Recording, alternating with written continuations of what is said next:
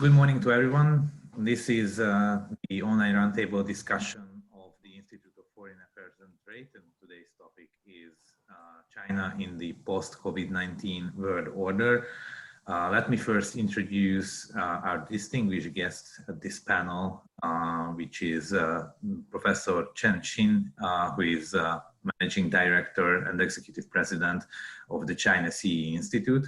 Good morning, Mr. Chen. And also Dr. Gergely Salát, who is an Associate Professor at the Pázmány Péter Catholic University and probably the most well-known China expert of this country. Good morning, Mr. Salát. And during this discussion, we are going to be a bit more detailed about what's happening in China and in the world in the wake of the COVID-19 pandemic, which of course have changed the international position of China. And you know, this outbreak has not just been the biggest health crisis of this century, but also a major international political issue. Namely, the People's Republic of China has been repeatedly criticized of mishandling the virus outbreak, and the United States have geared up its criticism against the Asian country. So at the one hand, you have an international situation that is more and more filled with tensions. Some go as far as to warn of a new Cold War, while the intensification of tensions are in nobody's interest, as everyone wants to get back to normalcy in both politics and especially economy. So this is a topic we are all concerned about and all into it. And so this roundtable discussion, we are allowed to get to know a little more details about it, especially from the angle of China. So the questions we want to find answers to during this discussion is how China handled the crisis, what are the steps forward, precisely what type of tensions are in the international system. Did the COVID-19 pandemic strengthen or weaken China's international position? And what about her domestic goals? And the like. About the format, so I'll ask our distinguished participants to share the core of their views in a couple of minutes at the beginning, and then I will pose some questions. We try to arrange a discussion about those issues, and then we are welcoming questions from the audience as well. Please, if you follow us and want to pose questions to our guests, then please send it to me, to the moderator, via the Zoom chat, so I will be able to pose them. There is no possibility to directly ask the participants because you know, Zoom is you know, sometimes it's not the freest thing when it comes to technical solutions. So this much about the format, and because the topic is very interesting and exciting and is of utmost importance, then I think without further ado, we should begin with the discussion. And I propose that Mr. Chen would start his opening statement. So please, Mr. Chen, the floor is yours. Thank you, Mr. Baranyi, Tamás. Good morning. And also good morning to Dr. Salát Gergely. Good morning to everybody. Actually, in Beijing time, this is the afternoon, so good day if somebody is from the Asian time. Today's topic is about the China after the COVID-19. This is a very interesting topic, and it is also a very challenging topic. It mainly based on two points of view. One is that the general situation in China is under control, especially after the epidemic, and now the general situation is under control. And there are severe cases. For example, 2 years ago in Beijing, there is sudden some new cases raised up, but the whole situation is in the control. And so in China, we are considering about the economic recovery, how to promote the production, the economic growth, and also at the same time, we already have our goals for this year before this pandemic. So that means we need to achieve the fight against the poverty. And so this is the general situation in the domestic point of view. And from the external point of view, so actually before this pandemic, the international situation is already in the changing track. And there are some very severe, very tough disputes between the big powers, and at the same time, I think the Europe is want to be autonomy in the formulating new international situation, which the new European Commission call themselves as a geographic strategic commission. So this is the external situation, and at the same time, we have planned some external activities in regarding with developing the bilateral relations or the multilateral relations. But unfortunately, based on the situation outside of China, we cannot arrange the on-site visits. So we try to solve the problem, and the new approach is make the arrangements online. This is, for example, this is just happened yesterday. We had just held the 21st China-EU summit, and hope there were some remarkable achievements from this summit. So this is my very short opening remarks. Thank you. Thank you. Mr. Salát, the floor is yours. Good morning, ladies and gentlemen. Thank you for the invitation. I'm very glad to be here. The title of the event is China in the post-COVID world order, but I'm not sure if it's not too early yet to say anything about the post-COVID world, because it seems that we are in this COVID times. Actually, yesterday was the day when the most active cases were registered in the whole world. And it's interesting to note that Professor Chen just mentioned the situation in Beijing. I just checked out the numbers. In the past 2 weeks, there were 200 new cases in Beijing, and the whole media was full of it. Actually, I gave like 10 interviews about the Beijing situation, even though I'm not in Beijing. But I also checked yesterday in the United States, there were 31,000 new cases. And nobody is talking about it. It's not very interesting anymore. So, but all these numbers show that the virus does not seem to be over for quite a long time. How can you get back to normal if, let's say, China gets things back under control, but you have the US where there are hundreds of thousands or even millions of active cases, and these cases are still going by tens of thousands every day. Anyway, I don't think that that the position of China in the world order will be decided by the virus. I think China's new position in the world order will be decided by mathematics. Most of all, of course, the GDP and economy. At present, as we all know, the GDP of China, the nominal GDP of China is number 2 in the world. If you look at the PPT numbers, then it is already number 1, but let's stick with the nominal ones.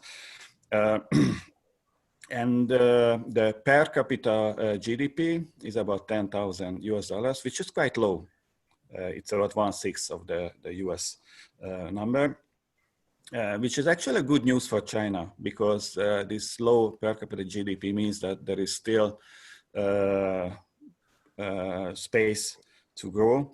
And let's say that in the next 10 years or maybe 20 years, if the growth is very slow, it reaches the level of Portugal or Greece or the Czech Republic, which are not the most developed countries in the world. So it doubles, the Chinese per capita GDP doubles then China will surely be, by far, it will be the largest economy in the world. It will be 1.5 times bigger than the United States, and that will be a new situation. You can ask if this will happen, will China's rise continue? I would say that most likely the development of China will continue exactly because of its low level of development. It's not a middle income country yet, so it cannot fall into the trap of the middle income countries. There's still a lot of like hundreds of millions of peasants who might move to the cities and engage in industry and services, and just by this very primitive means of modernization, they can contribute greatly to the development of Chinese economy. And this has nothing to do with the virus. This was already going on, but the virus just accelerates some trend. Let me mention one more number. There are 127 countries whose largest trading partner is China. That means the majority of the countries have very close connections with China and much closer economic connections to China than to the United States. So I think that the future will, and the position of China in the future will be decided by how the United States can learn to live with the fact that China is, or China will be soon, the largest economy in the world. So everything will be decided by, maybe not everything, but the Chinese, the American decision makers and the American elite has to learn to live with the fact that China is much stronger and larger than before. The problem is that if you take a look at how the US is reacting to this new situation, you can see that this is a quite painful adjustment for the US leaders. It seems to be very hard for the US decision makers to accept the fact that the US is, or soon will be, #2 in economic terms. This is a situation that was not the case in the past century. They are just not used to it, but they have to get used to it, which is a very painful process. So what is really concerning, what we see in the world, especially in the American politics, but also in Western European politics and Japanese politics, is the rebirth of a Cold War mentality, Cold War rhetorics, Cold War politics, with China replacing the Soviet Union in the minds of the American. So it looks like there are huge forces in the world that want to start a new Cold War. Let's just mention President Trump's very harsh anti-China rhetoric. The problem is that the things are very different from the Cold War era. First, China is not the Soviet Union. China has a thriving economy. It has a lively society. It has high-tech companies. It has world-class research, and it has 1.4 billion very ambitious people who want to develop, who want to have a better life. And the Chinese states seem to function very well. So it's not like the Soviet Union in the 1980s. It is a very well-functioning state. Second, the Chinese People's Republic does not act like the Soviet Union acted in international affairs. It does not export ideology. It does not want to engage in wars in faraway continents. It doesn't want to invade other countries. So that means it is much more acceptable as a partner for most of the countries in the world, because it doesn't want to change them. So the Germans, or even the Japanese, or whoever, happily collaborate with China, because it's a good trading partner, good business partner, good investment partner, and does not act aggressively like the Soviet Union did. So it's much harder to form a coalition. It's much harder to form a bloc against China.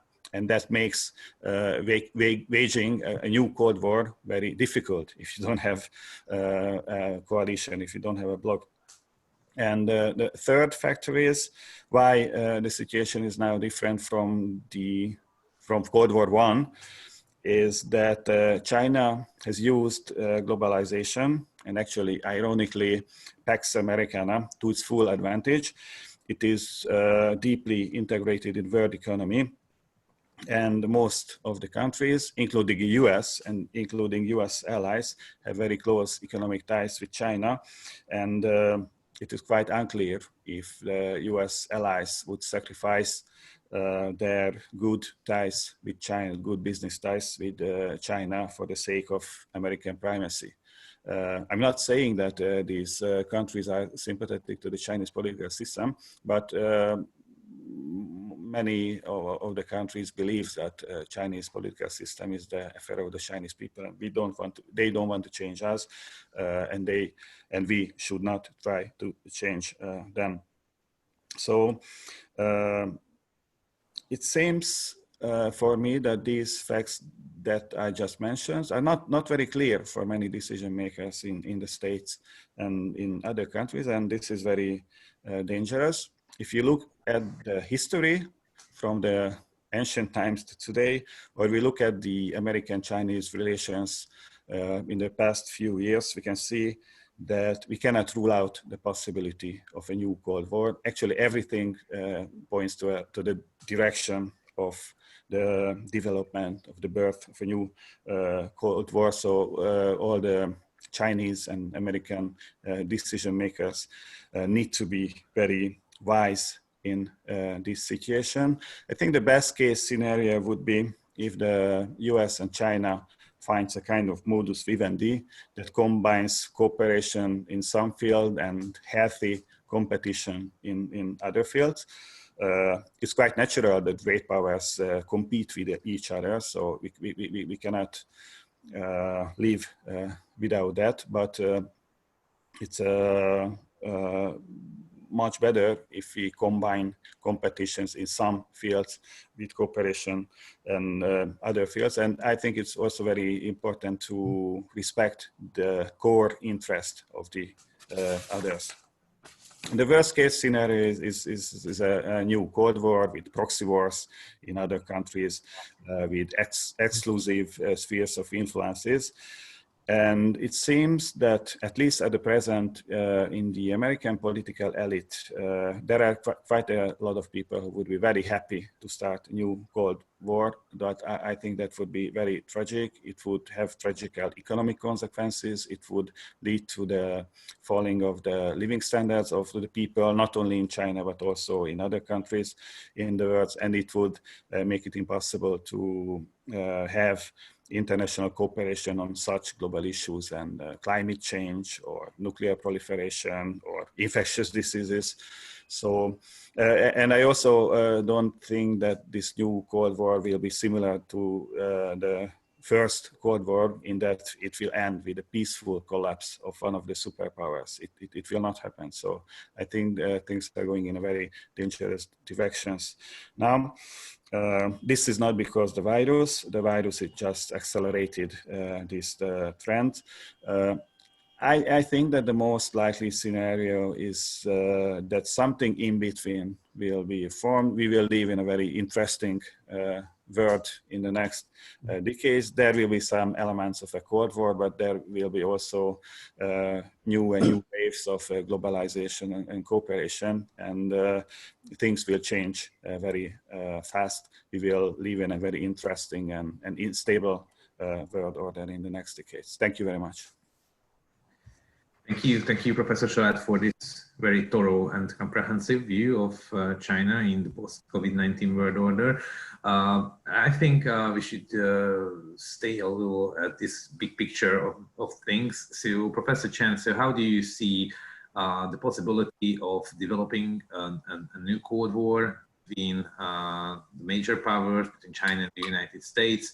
Is the thing that we see unfolding from the news, the COVID blame game and all the rest, is just a temporary development of international politics or maybe domestic politics, or in fact it points to a direction where international relations will be more rife with tensions, which could eventually lead to a new Cold War. So how do you assess the things that Professor Salát was expounding on in the latter part of his talk?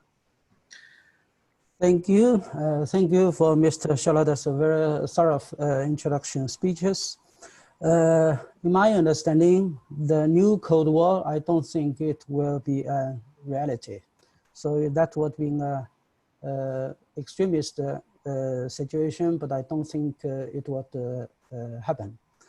I think maybe the major issue is on how to understand China and how to understand the Chinese development.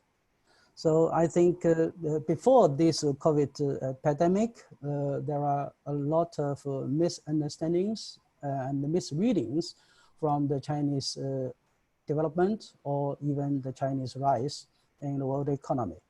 So, and this time, the COVID-19 pandemic is also exactly a very good example for this kind of issue on how to understand China. So if we have the comparison between China, what had been done in China and what had been done in, for example, in America or in the first time in Europe. So we can say that, so when the epidemic started in China, in Wuhan, so we, with some hesitation, and then we have very strict and sort of instruments to contain the spread of the virus. The reason is that because we had experienced the time of the SARS 17 years ago. So we knew what is about an epidemic, and we knew how to combat with the virus. So it's not the other, it's a virus, it's not the ideology, it is not about the factory, economic growth, or the social life, but it is virus. Virus means it is a different situation for the people thinking. So we had the experience 70 years ago, and we knew how to dealing with such kind of epidemic. That's the reason China had implemented very strict and determined instruments to contain the spreading of the virus, and it worked. And at the same time, when we looking at the media in either in Europe or the America, we do not had read too much about the effectiveness of such kind of measurement. At the same time, on the contradictory, there are a lot of ironic criticism about the measures taken by the China, and so they do not understand. So they used to use the measurements to the other direction, like the general ideological analysis or the criticism about the human rights, etc. So blah blah blah blah. But they neglected the effectiveness of these measures. So slowly, 1.5 months later, when the virus started to spread in Europe and later in America, so they, at least in my understanding, we had some analysis in Europe. In the initial stage, Europeans also hesitated. Then they quickly realized that what China had been done, it worked. And soon they started to, in some countries, they also started to implement some instruments. And so during such kind of situation, there is also an example about the mask, the function of the mask. So it is a different thinking in Eastern or in China or Eastern Asia and in the Western world about wearing a mask. So for China, especially, I said we had lesson from SARS, and we think it worked when you wear a mask. It is not only to prevent yourself, but also you need to protect yourself. But in Western thinking, they thought if you are patient, then you need to wear a mask. So it's different, totally different thinking. And we try to explain how it will be work when you wear a mask, whether you are a patient or not, but it worked. So after a long time, the people slowly accepted that this worked. So these are very examples that what China had been done, it is very difficult for the outsiders to understand, but it worked. It is similar situation for the economic development of China. So this is what I would like to say.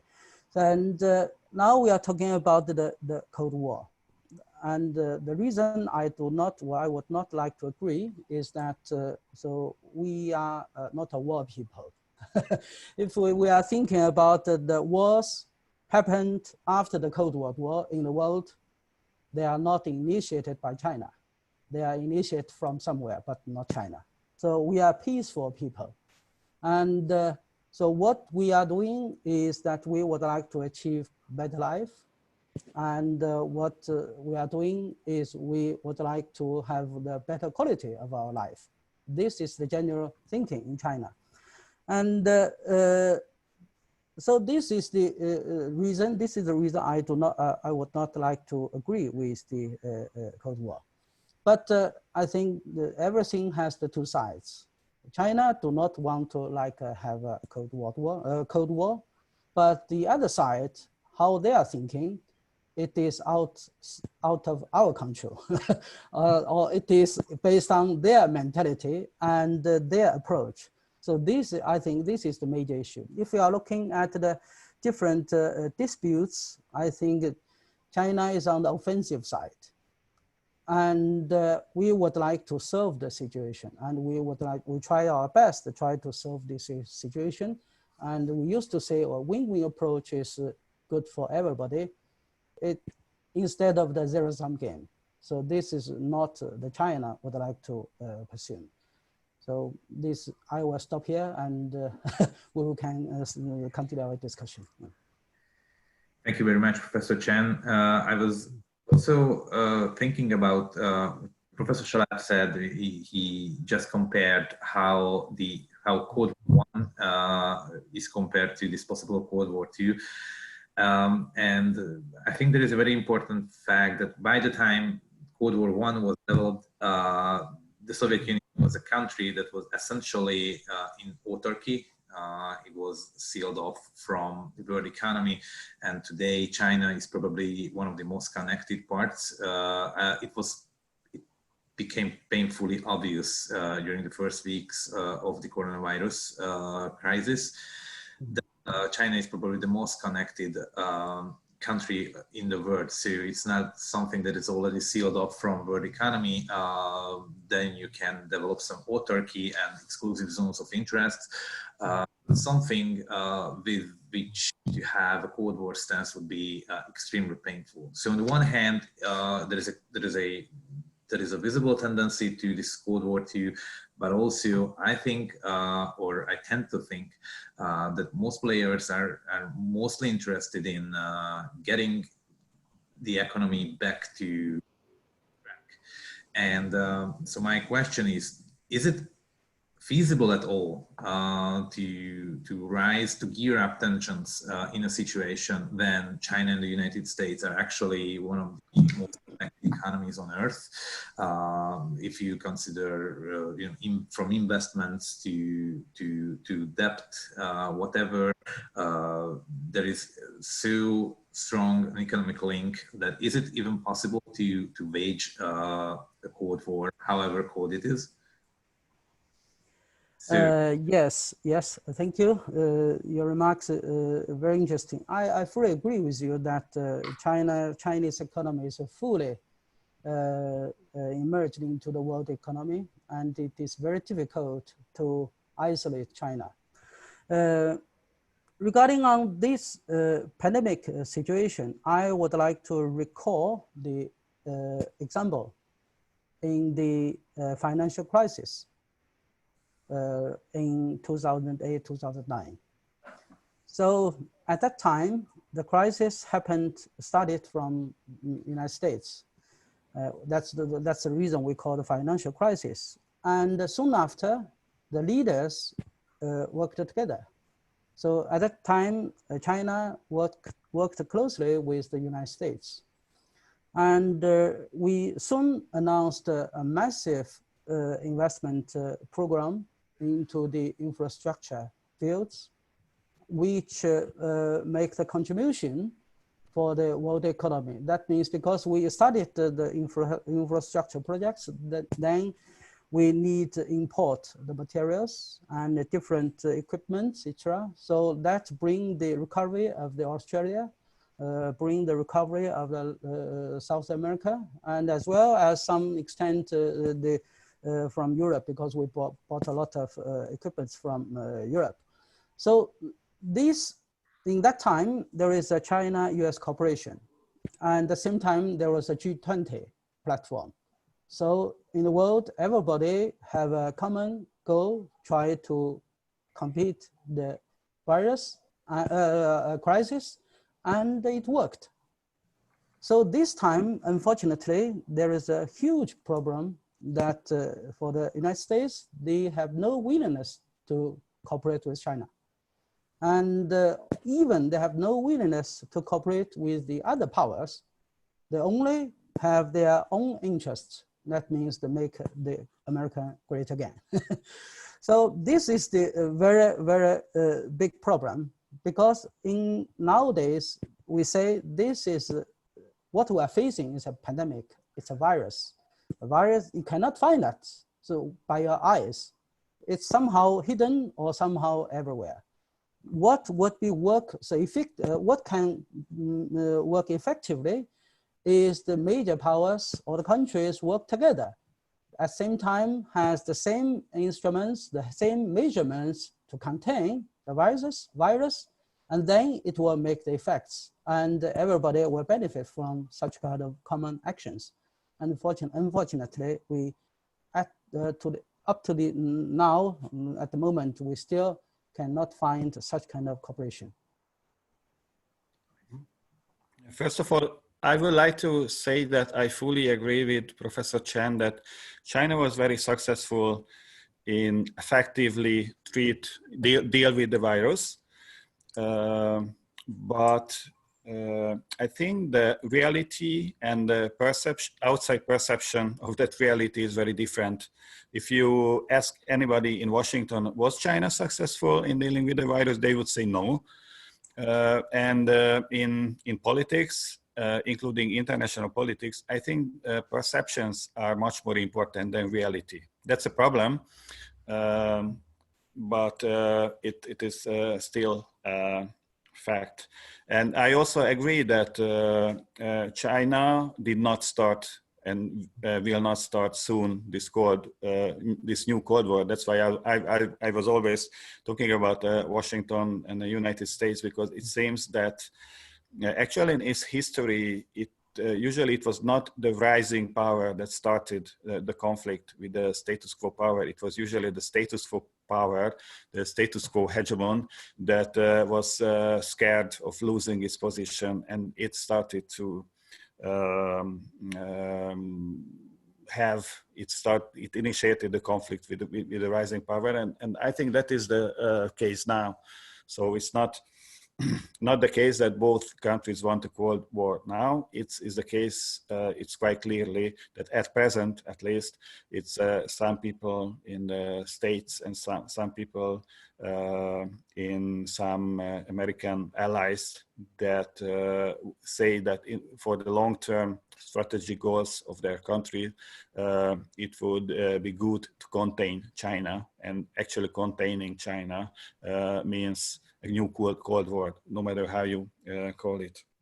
Well, as for China's taking part in globalization, we all know that China is the largest trading nation in the world. It is by far the largest trading nation, so it is the country that is most vulnerable to outside markets and outside sources, and it is the most vulnerable to any kind of conflict, because most of its goods, including more than half of its oil that it uses, including more than 90% of its export, goes through the international seas, which might cause it problems if there is an international conflict.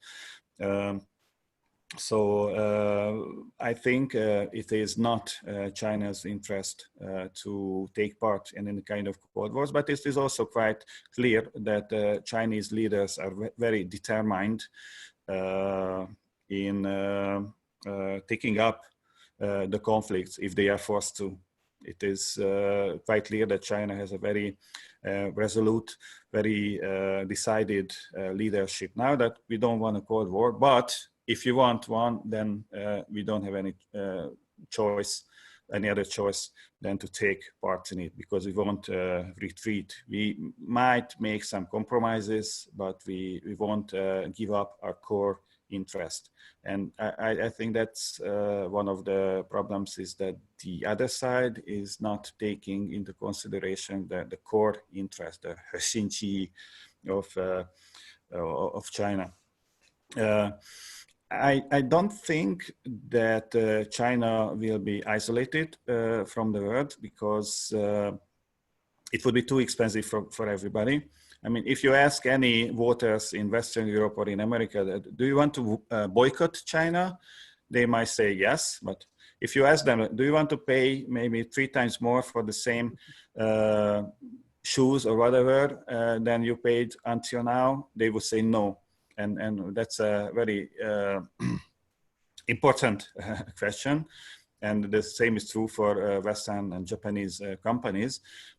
So that's why I am saying that traditional kind of Cold War will not take place. There are some signs that show that things might deteriorate in a way that there will be a real Cold War. But I think that's why I say that the most likely is that we will have a combination of new waves of globalization, in which China will be a very important participant. But we also have a lot of Cold War rhetorics. We will also have a lot of local conflicts. We will have a lot of quarrels in international institutions, in bilateral relations, and so on. I see. Professor Chen, you have something to add? Yes. I agree with Salát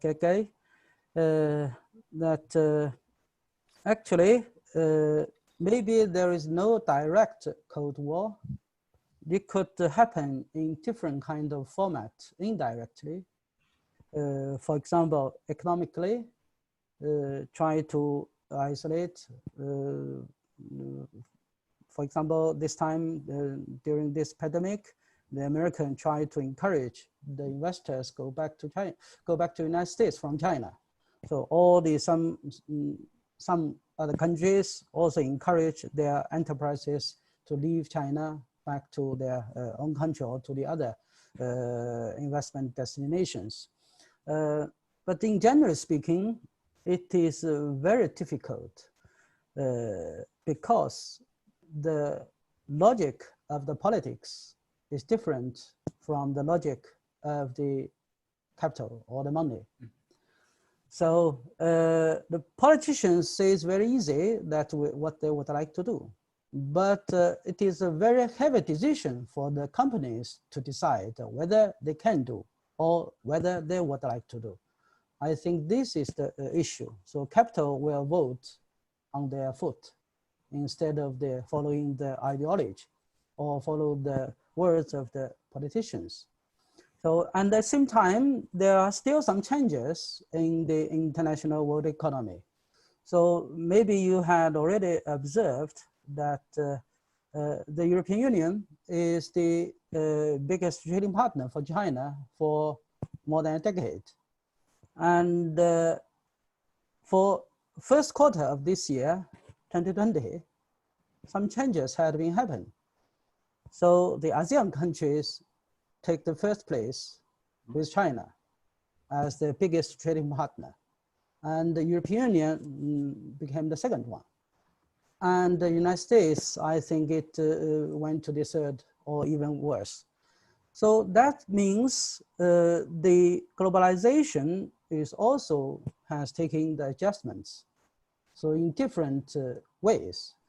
At the same time, if we look at the figures of the Chinese investment outside China, so outflow, we can say that the major destination, so more than 60% of the Chinese investment outflow is go to the ASEAN countries or to the neighboring countries.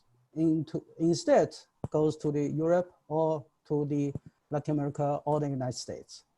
So if we're looking at these tendencies, that we can easily have a conclusion that the dynamic of the economic integration in the Asian, especially ASEAN and Eastern Asian, has grown very fast.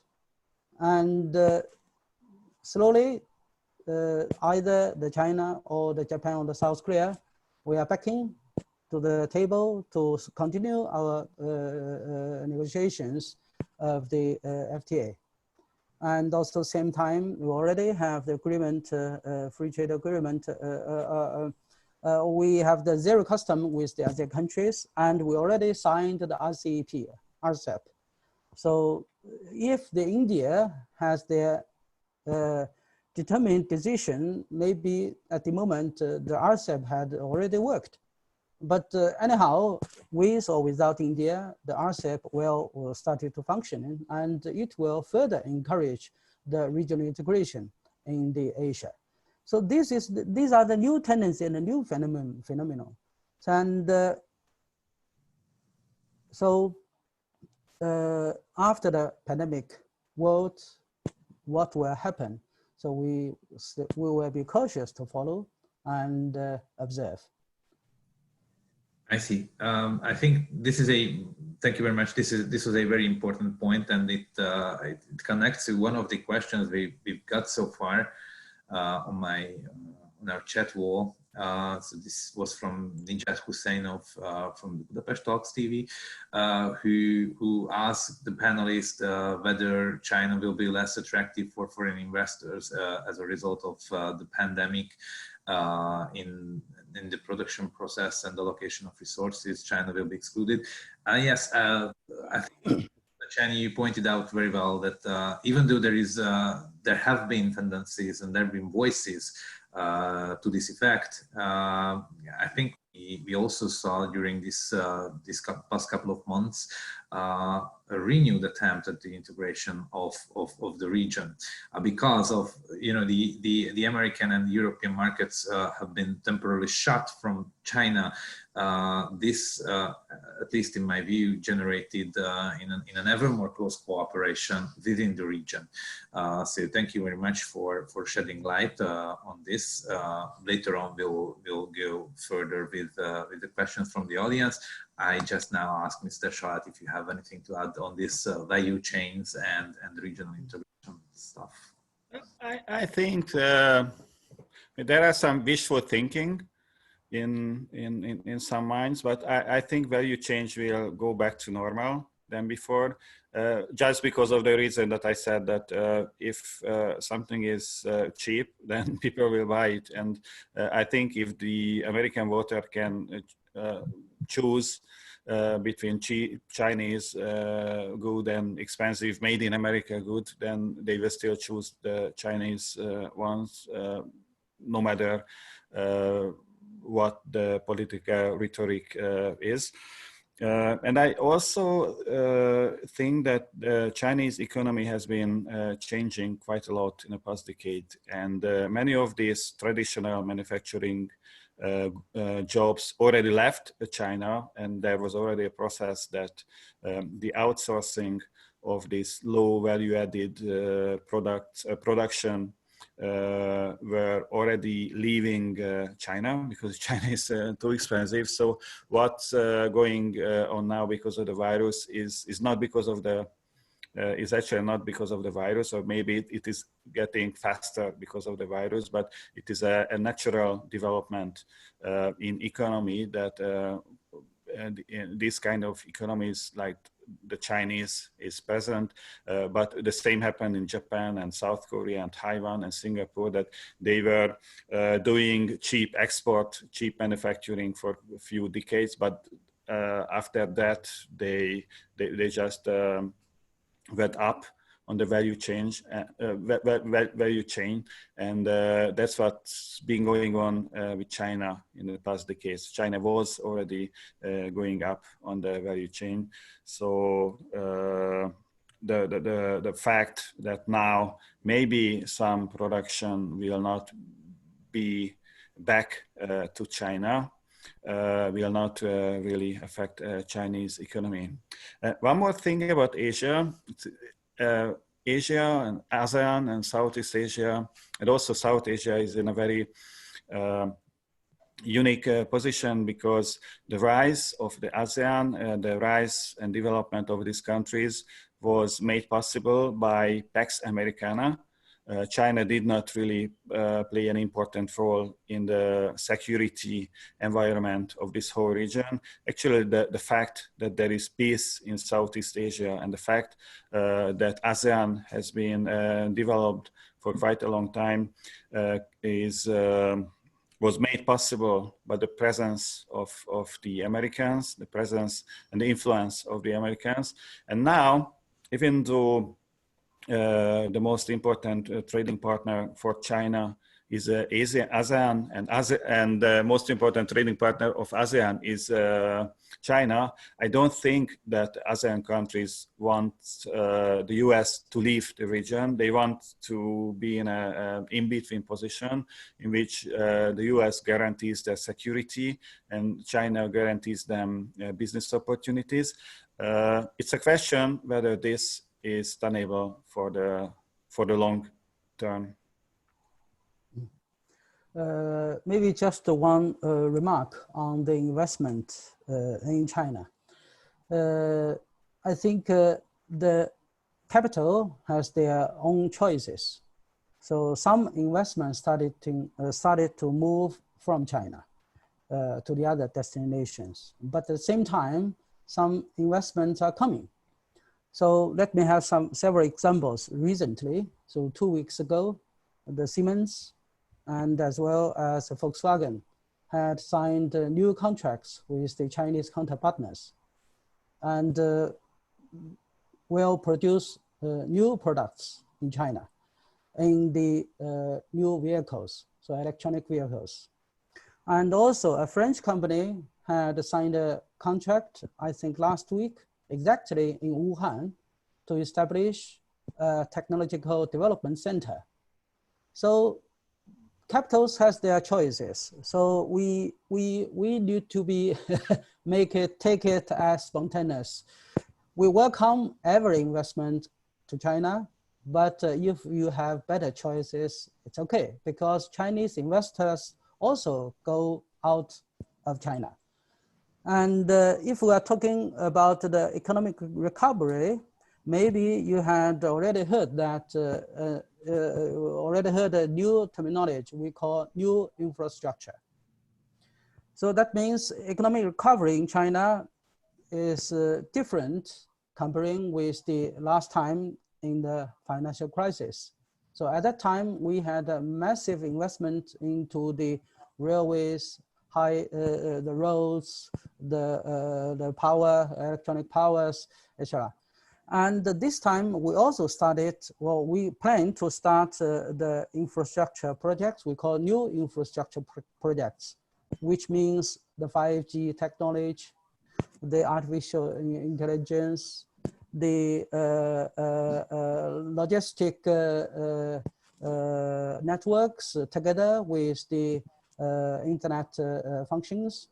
So these all the new fields for the economic development, and the Chinese money now they start to rush into these areas, which is totally different comparing with the 20 years ago. So that also means what the capitals are coming, they choose the new future. Instead of go to the traditional, the shoes, the textiles, these are already not profit of Chinese investors. They are also moving to the Southeast Asia. So this is my remark. I see, that's a very important point, but let me just add one brief question about that, because precisely those fields that you just mentioned, like 5G and other high technology involved industries, are increasingly more and more securitized in the Western world, and there has been talks about you know, the security threats of one particular country setting up a 5G network in another particular country, and suddenly, and I think this is this has become part of the discussion in the past 5 or 6 years, or something. So it's pretty new development, but now it's pretty widespread to talk about those high-tech investments being also international security issues. So do you think, and there are also voices who say a new Cold War or this sort of thing, or let's say the geared up tensions between the major countries can result in a very serious competition precisely in those fields. So do you think that this field will be regulated solely through the logic of the capital of the economy, or it will be a highly politicized field in the coming years? I think the security issue of the new technology is manipulated to an exaggeration. So, for example, here at the moment, there is no clear evidence what the 5G of the products made by the Chinese company, they have security problems. So politicians used to talk about it, but they cannot show that. They cannot prove that. They try to make the imagination that because it is made in China or made by the Chinese company, and then they say it is a security issue. Let me have another example. Maybe less people know that in a lot of Chinese cities, the water supply, the water treatment has been done by European companies, the French companies, as well as the Hungarian companies. So whether the Chinese are thinking, this is a security issue. If the Westerners make something with the water, how is about the population, the citizens? In China, nobody think about it. But why in Europe or in the United States, they always talking about the security issue without evidence. And at the same time, I think technological development has its own logic. So whether you try to stop or try to prevent, the technology will continue, the development will continue. And at the end, the time will show everything. We catch up with this process, they will have the opportunity to come together with such kind of development. But if they would like to isolate or leave from this technological development process, then they will slowly far and far away from this process. So time will show. I think this is an area again when the perception and reality might be very different, and I don't think it really counts if, let's say, Huawei 5G equipments have security problems or not. There are no proofs for that as of now, but in Western media and in Western politics, it is treated as a fact that Chinese 5G equipments are dangerous. And I think this is one of the areas where the American pressure on its allies is very huge. It is quite clear that America will not import Huawei and any other Chinese 5G equipment. And it is also clear that it is trying to pressure its allies not to buy Chinese equipments. And actually, facts do not really matter in this in this area. There are already some American allies who said yes to the Americans, and let's say Japan also does not import Huawei equipment, and the pressure is quite huge on EU countries as well. Actually, they have been postponing their decisions. They don't dare to say no, but they also don't dare to say yet as of now. But in this field, I think the perception is very important, and this perception is not very favorable for China. I see. Yes, please. No, carry on, Dr. Chen. Yes, I would like to make another example. So the Ministry of State of Commerce had issued new orders against the Huawei. And I think 1 month ago, maybe. And last week, suddenly, the United States loosened the measures and allowed American companies to work together with Huawei on the standards. The reason is that we know the standards had been worked out all together by the technological companies. It is not about the politics, it's about the technology. And after then, they bring the standards to the ITU to make it as an international standard.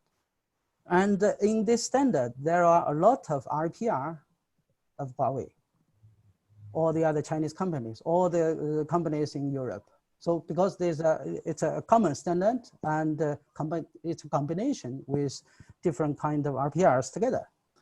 And if the strictly goes with the rules by the Commerce, the Department of Commerce, then that means when they started to work on the next generation standard among the technological companies, the Americans cannot join because of the new rule. So that's the reason why the Department of Commerce loosened the rules and allowed American companies to continue the negotiations with Huawei. So this is the exact example which I would like to say. Technology has its own logic, and you cannot neglect it.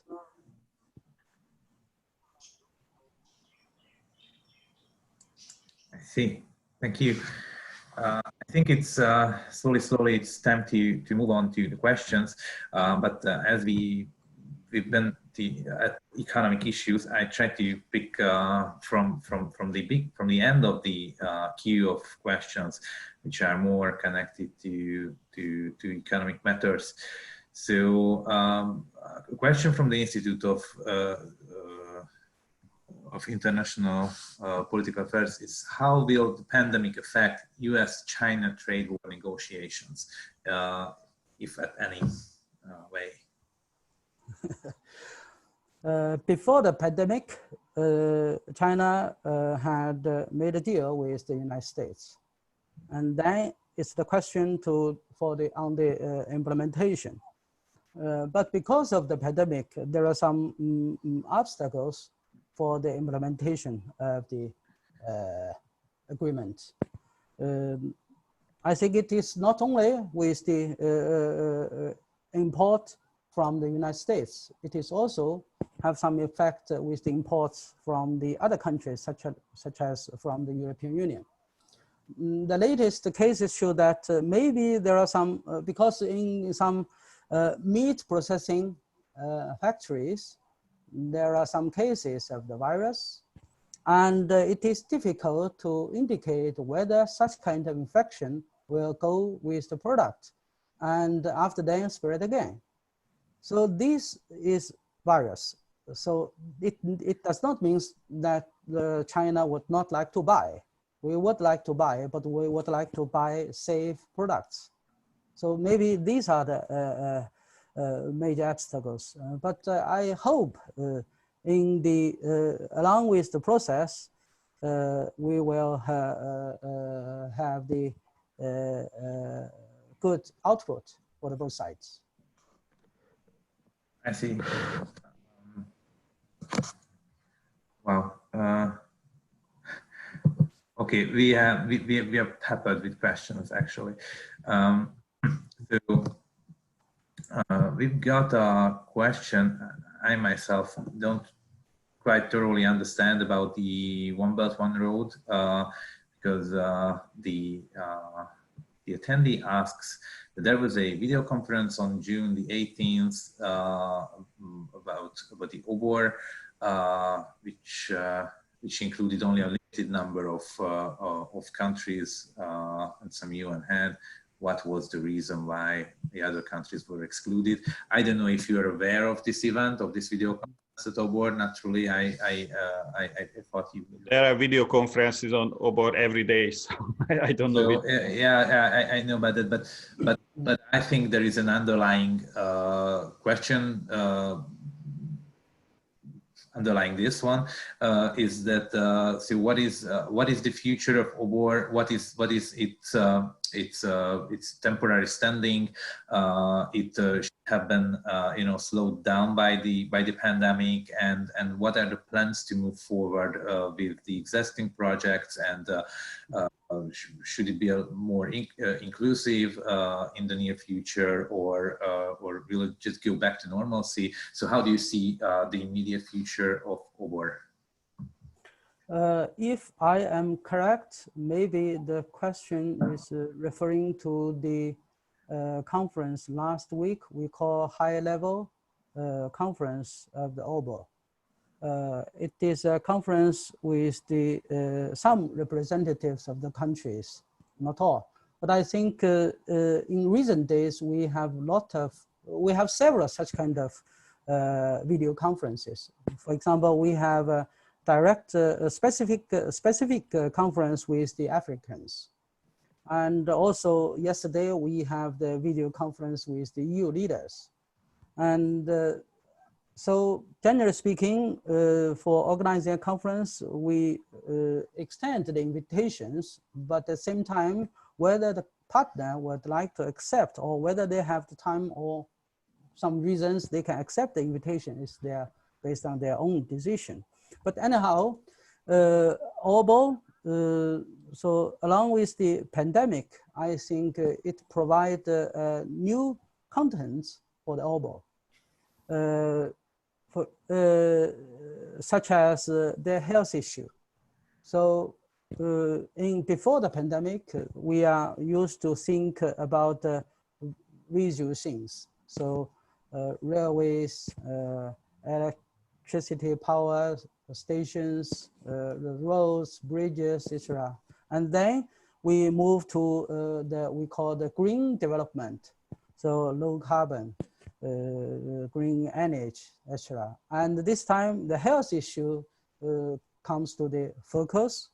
And during the last 5 months, China had organized a lot of video conferences on the health issues, sharing the differences, sharing the experiences with the countries we are interested in. So we have the video conference with Europeans, with the Central Eastern Europeans, or even with the Southern Europeans, with Africans, with Latin Americans. So a lot of such kind of video conferences. The doctors in the hospitals, now they are at the front of such kind of video conference, because this is a new issue.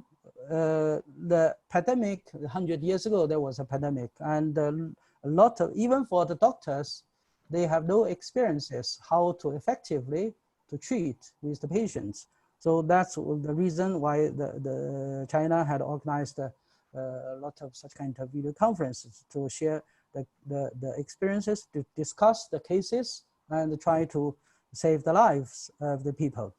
And this is a new field for the future OBOR development. I think there are also several other new fields, just like the telecommunications. So this time we can see that if there is a infrastructure, it would provide efficiency and the conveniency to exchange the experiences on the competing viruses. There is a very good example when the WHO had the World Conference. There is a delay of the South, I think from Africa, South Africa. The president would like to have a speech, but again and again offline. I don't think what was the reason. Maybe it was the reason of the infrastructure. The speed was not, the broad is not so wide, the speed not so fast, so it's a problems. And this time, if the 5G technology can help. So for example, in China, if we already initiated the online diagnostic among the hospitals. So remote areas, hospitals, they have the new cases or they have the patients, and then they get an online with the doctors from the big cities because those are more experienced, and with the videos they're sharing, they together have the diagnosis and then provide the advices for the treatment. So this is only can be done by the good infrastructure. Otherwise, it will have some the effectiveness will be decreased. So this is a new area for the telecommunication. And also, I think the new green economy, green development will also another focus for the future. I think I'll stop here too. I talk too much. Maybe, Salát, you have some comments? Just a few comments. I think OBOR, or BRI as it is now called, has always been a vision. It's not a very well developed plan. And it's been under constant readjustment since its beginning. The Chinese started something and they had some reactions, then they changed it, then there were new reactions, then they changed it. So it's constantly evolving, constantly changing. I think that there are some countries that already have huge and quite successful BRI projects, but I think in most of the times these BRI projects are still in the phase of planning or development, or they have dozens of MOUs about new BRI projects, but it's still not something that is actually working. It's still a vision. There are some projects that are underway, but I think most of those projects would be underway even if there is no BRI. So BRI is just a brand for them. And it's also seems to me quite obvious that the Chinese leaders were very surprised how bad reactions, especially from the Western world, evolved concerning the BRI. When the Chinese came out with this idea, I think they believe that everybody will be very happy about it and everybody will welcome Chinese investment. But from the very beginning, the American press and Western press and Japanese press treated it as a threat. And this was quite, I think this surprised Chinese leaders. And you can see that in the past few years, this whole direction of the BRI is changing. Now it's more about software. Now it's about health. Diplomacy is something that is much more easy to sell. But the real content of the BRI is still missing, I believe. Maybe I would like to recall one of the experience of the Chinese reform process is a motto set by Deng Xiaoping, to cross the river touching by stones. Actually, it was said by Chen Yun, you know that? Chen Yun, yeah, yes, I'm sorry for that, for Chen Yun, yes. No, but then was about the cat. Yeah. So that means whether the stones are located different places, maybe this time to the east and next time to the west, but the purpose is to cross the river. And I think the Belt and Road Initiative, the purpose of the Belt and Road Initiative is trying to share the experiences and provide the opportunity to constructing, we used to say, the common community for the shared visions. So that means for a better life. So this is the purpose. And no matter what, in different stages, maybe there are some different kind of focuses, but I don't think it would be matter. If we would like to achieve a better life, then that's the purpose. And that's the other side of the river. And how we can cross the river, this is the question based on the stones, but the stones not the essential issue. The direction, the other side of the river is the issue.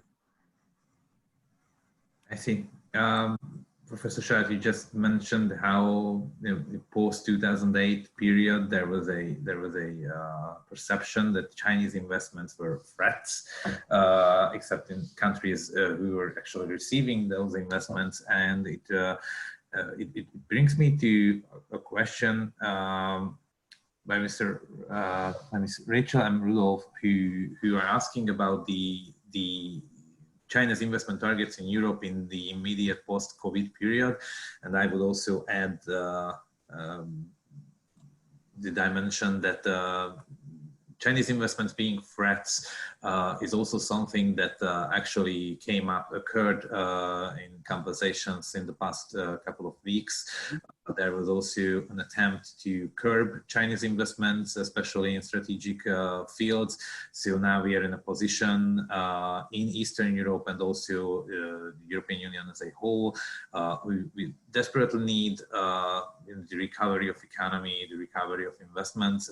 On one hand, on the other hand, we have this perception that some of the investments could be threats. Within this framework, so how do you see the immediate future of Chinese investments into Europe and maybe particularly in Eastern Europe? The question is for me or for? Yeah. Please, Professor Chen, try to answer first. Okay, I think the investments also has its own logic. For the Chinese investment, it goes along with the logic of the general logic of the investments. So that means what Chinese investors can do, in my understanding, is based on, generally speaking, three aspects. The first is to access to the raw material, because China is a country which lack of the material, and based on the fast development speeds, so we need to have the access to the raw material. So this is one aspect. And the second aspect is try to, how to say, manage the asset. So that means if a Chinese investor has their own advantage in the specific fields, just like the Wanhua in Hungary. So they have their advantages and they have their own technologies, and then they have the investment into Hungary and to make the business bigger and bigger. So this is the second logic. So they have their own advantage and also has their money, and they would like to expand their business.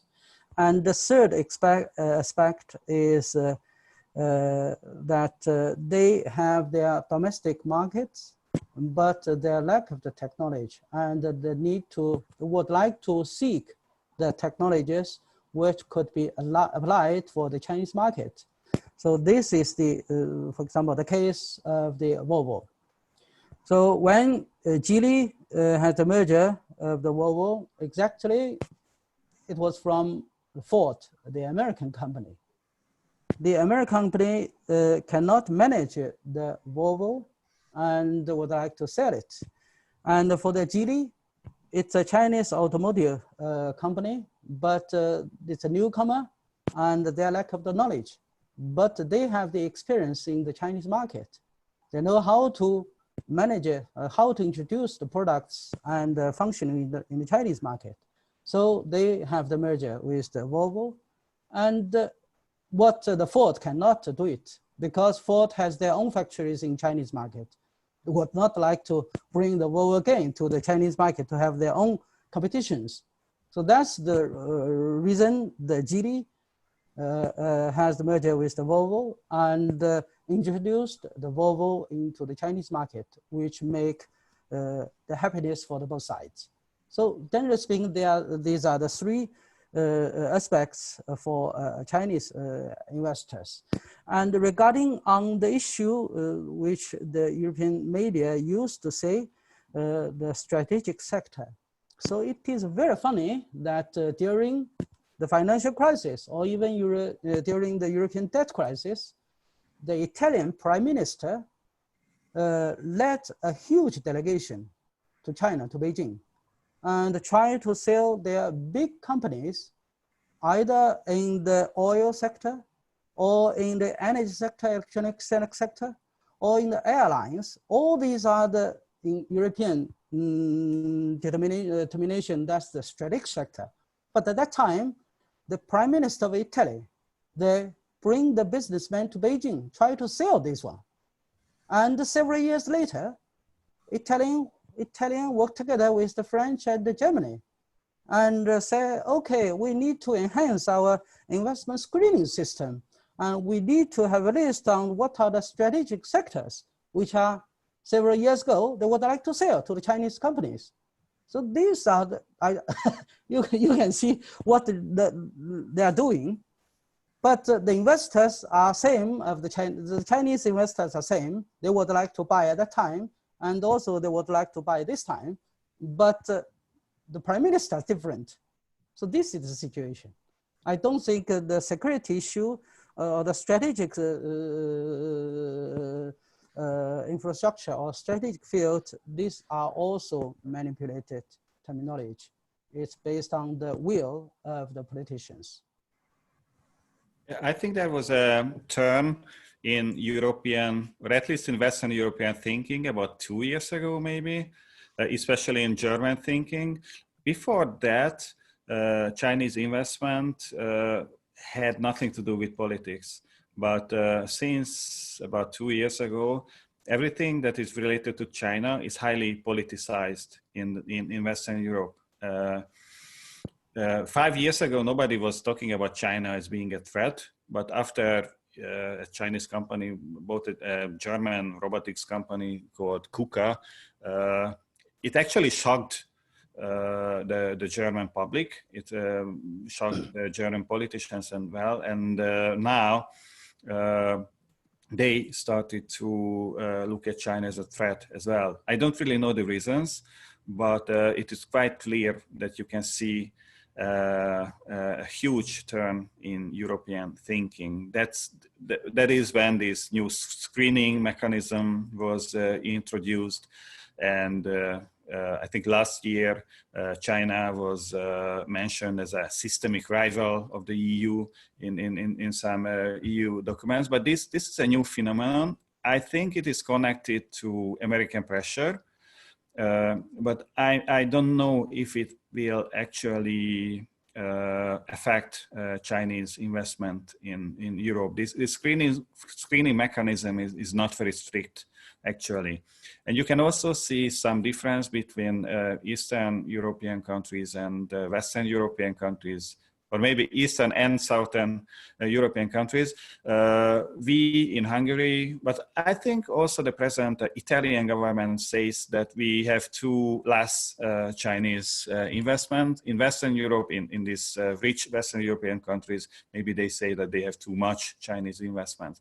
And actually there are some issues, there are some contradictions and debates inside the EU about Chinese investments. But like you can say that Hungary is very friendly towards Chinese investments. The problem of our government is that it's just not coming.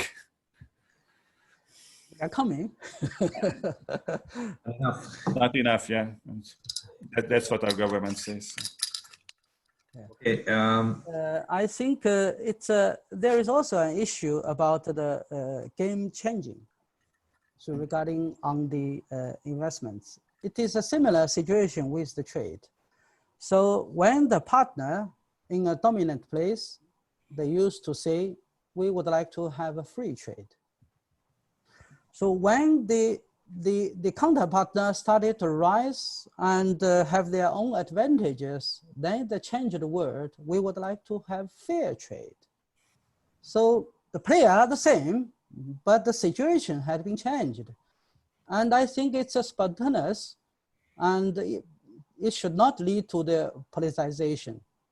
So it's a business, so the players rise and down, but at the same time, the player in the dominant place, they would like to change the rule of the game. So it's a spontaneous things. Everybody can get use of it. But the issue is when the partner strong enough, then that's the issue. I see. Okay, we have only a very limited time to left, but there's an enormous amount of questions here. I tried to contract two because Köveskytty is also inquiring whether in a Cold War-like confrontation or in gearing up tensions, so which side Europe would choose, especially if you think of an attempt to create exclusive economic zones. And Marcela Musabeliu from the Albanian Institute for Globalization inquires the same for Western Balkan countries. So in one question, so how do you assess the elbow room of European countries and Western Balkan countries in such a scenario when tensions remain high between the major powers? Would it be possible to just leave out from this confrontation? Very good question.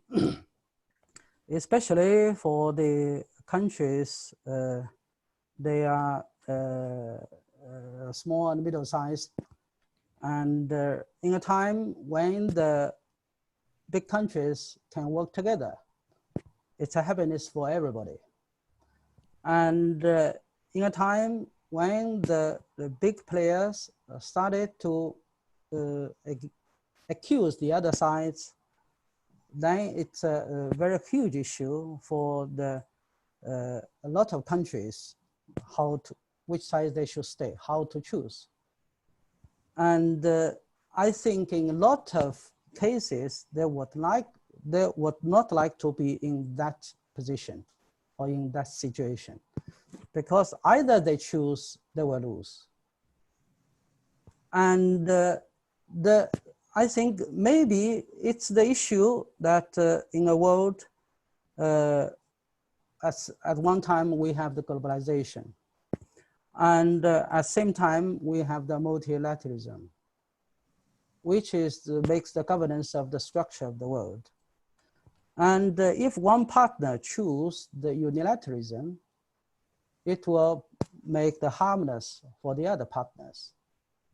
And if the other partners would like to still live in a peacetime, I think the best way is to continue the way in the multilateralism and live together in a peaceful time. I think that would be the choice for the countries, as this is also for China. Well, I also think that everybody in Europe, but actually also in Southeast Asia, is pleading like, please don't force us to choose, because we don't want to choose. We want to be good partners with everyone. In the case of Southeast Asia, this discussion is much more intense. As I mentioned earlier, the security of Southeast Asia is guaranteed by the United States, but its economic development is guaranteed by the rise of China. So they are in a very delicate situation. And Europe is not in such a delicate position because it is still clear that Europe is still much closer to the United States than to China. But we are already such a close economic partners of China that if European countries have to choose, they would be in a very hard situation. Just imagine German economy without the Chinese market. That's that's impossible. So the problem is that the European Union does not have a very strong and resolute leadership.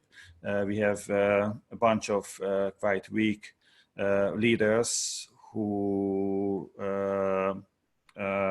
actually this COVID-19 pandemic showed that in a case of crisis, EU cannot act as a unity. It actually fall apart, the nation states, in a few days when the pandemic came. And if some serious conflict between the United States and China arises, I think Europe would need very strong leadership, which it is lacking right now. So the decision would go down to nation states, which are of course much weaker than the United States, are much weaker than China, and they cannot make good choices. So it seems that everybody is trying to win some time, but I don't want to make a choice. I don't want to make a decision. Please give me time.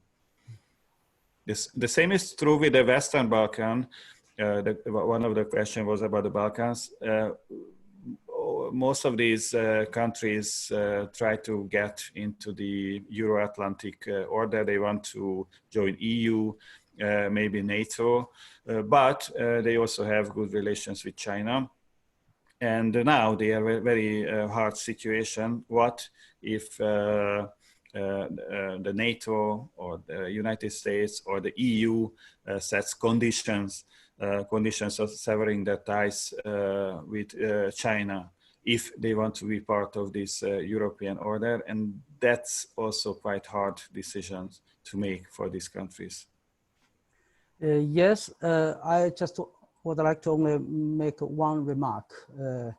The Chinese used to say, if you have one more friend, then if you have one more way for the solution. And also you have one more help to solve the problem. So in that sense, China is not a competitor, even in Western Balkan. China is just would like to share the experience, and it's a friend. So if you make one more new friend, you will have one more possibility. But it does not mean a zero-sum game. You get this friend, that means you will lose the other. You get China, lose the EU, or you get China, you lose the US. It is not the game. It is about one more friend.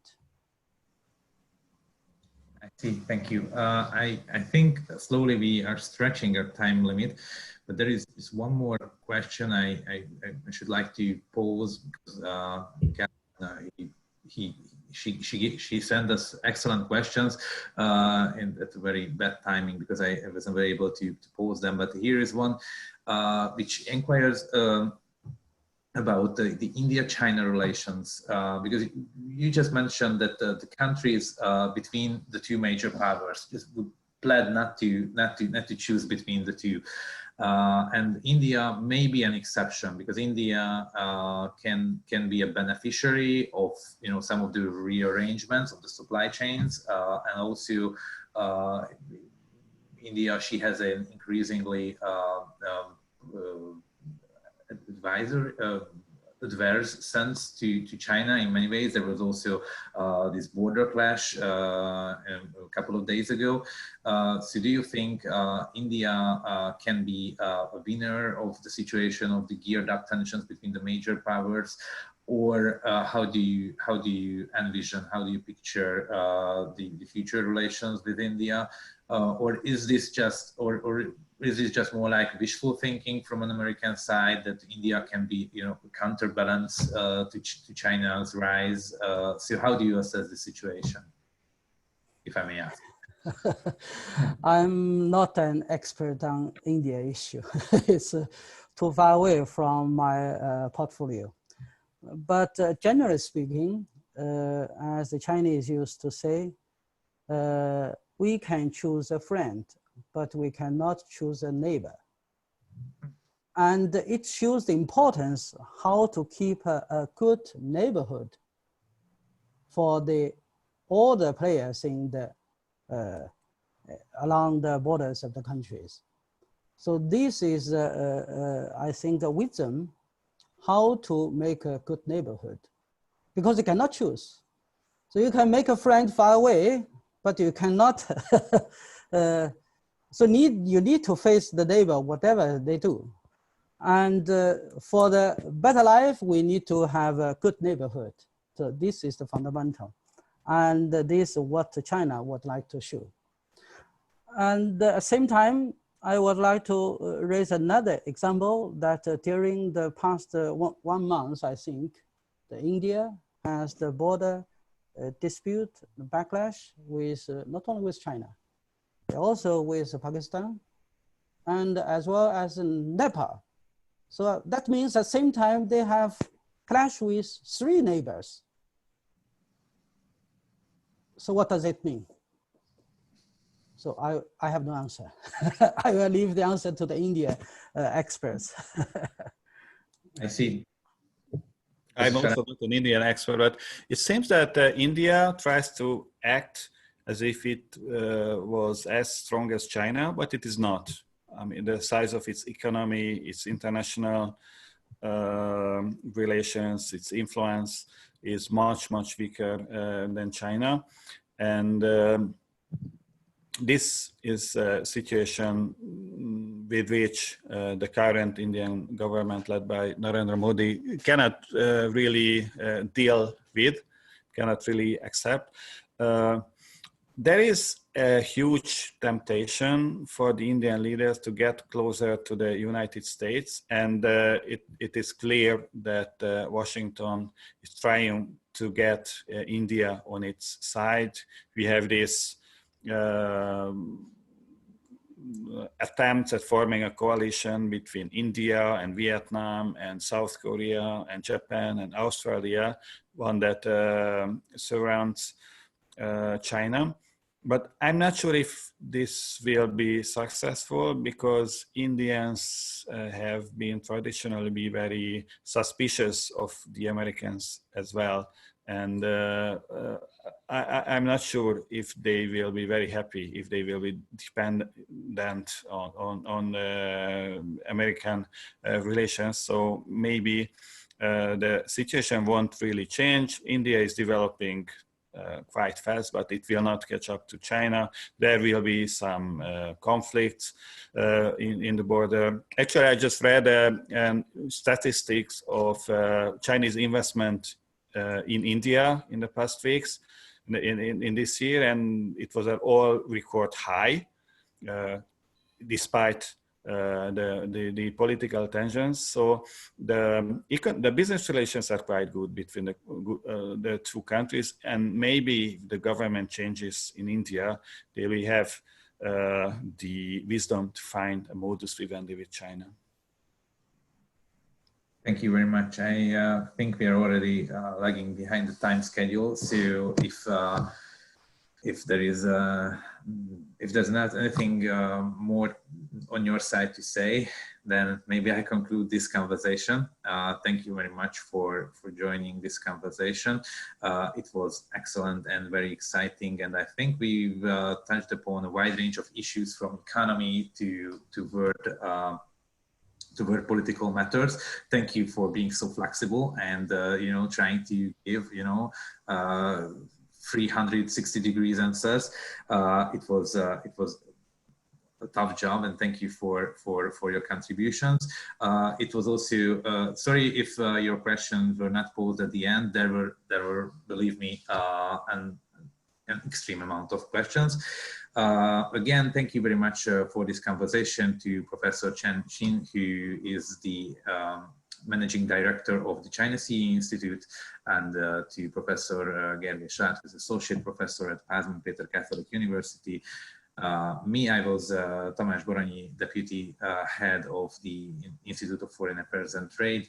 Thank you very much for watching, for joining us. Please do likewise for our upcoming events as well, and we really hope to host you at non-online events very soon if it fades away. And again, thank you very much for joining in and for your attendance. Thank you. Thank you very much. Thank you very much. Bye-bye. Bye. Oh, bye.